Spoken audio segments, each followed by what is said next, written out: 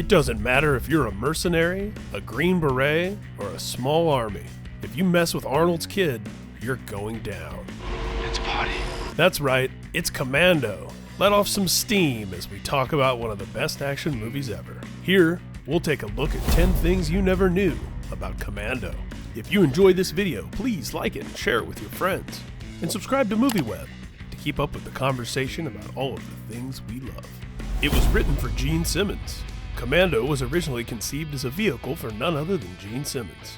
Are you sure? Despite the critical beating taken by Kiss Meets the Phantom of the Park, the Demon still had the acting bug going into the 80s. He played the villain in Tom Selleck's Runaway, turned up in an episode of Miami Vice, and played a radio DJ in one of MovieWeb's favorite cult films, Trick or Treat. Live fast, die young, I guess. Simmons actually turned down Commando, which was co-written by his friends Matthew Wiseman and Jeff Loeb, who is now the head of Marvel Television. They rewrote with Nick Nolte in mind. It was rewritten for Arnold.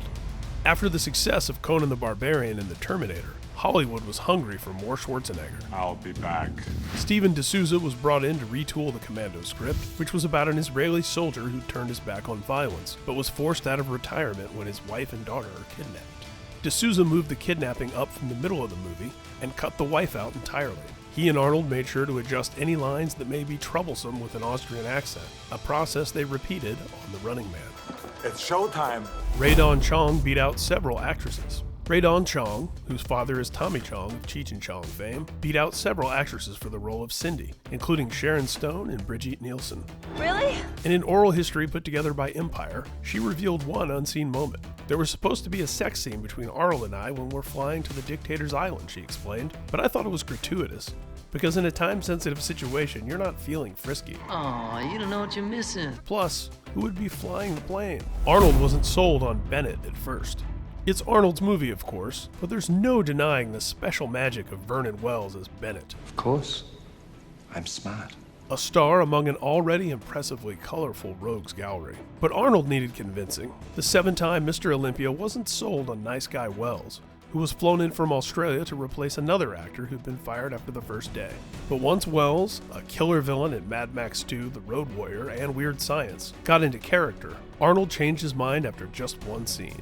Payday. Wells was apparently very convincing with the whole knife to the throat business. Arnold's knife.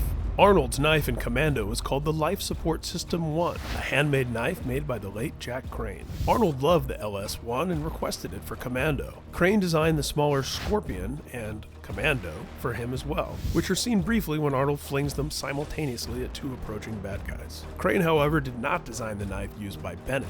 The knife maker, who passed away in 2017, was adamant that only heroes could use his knives on screen. Crane's craftsmanship can also be seen in Predator, Roadhouse, and Demolition Man. Sully was held up by a crane. In the famous scene where Matrix does not, in fact, kill Sully last, I lied. the Austrian oak isn't actually holding him over that cliff. Director Mark L. Lester overestimated Arnold's strength and was panicked when he learned that his actor wouldn't be able to carry his 160-pound co-star across the road and hold him for hours and hours of takes. So the director brought a crane in and had David Patrick Kelly suspended from wires. What'd you do with Sully? I let him go. Commando scored a record deal for Alyssa Milano. The Who's the Boss star was just 12 years old when Commando was released. The movie's success had one particularly unique side effect for her. Commando was massive in Japan, she explained to Empire. For some reason, when it came out over there, a record company exec offered me a 5-album contract, assuming I could sing. It was so bizarre that I had to do it, and all 5 went platinum. There was a line of action figures in the 80s. Despite the movie's massive body count and non-stop violence, a line of action figures were released in 1985. You know, when action figures were still mostly for kids. Oh, Dad, that's so old. Since all the guys in John Matrix's unit were dead, the toy line featured Matrix and some new guys in his unironically called C-Team.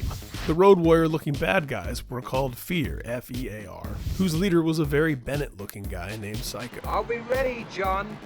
There were Star Wars, G.I. Joe-sized figures, and 7-inch sized ones as well.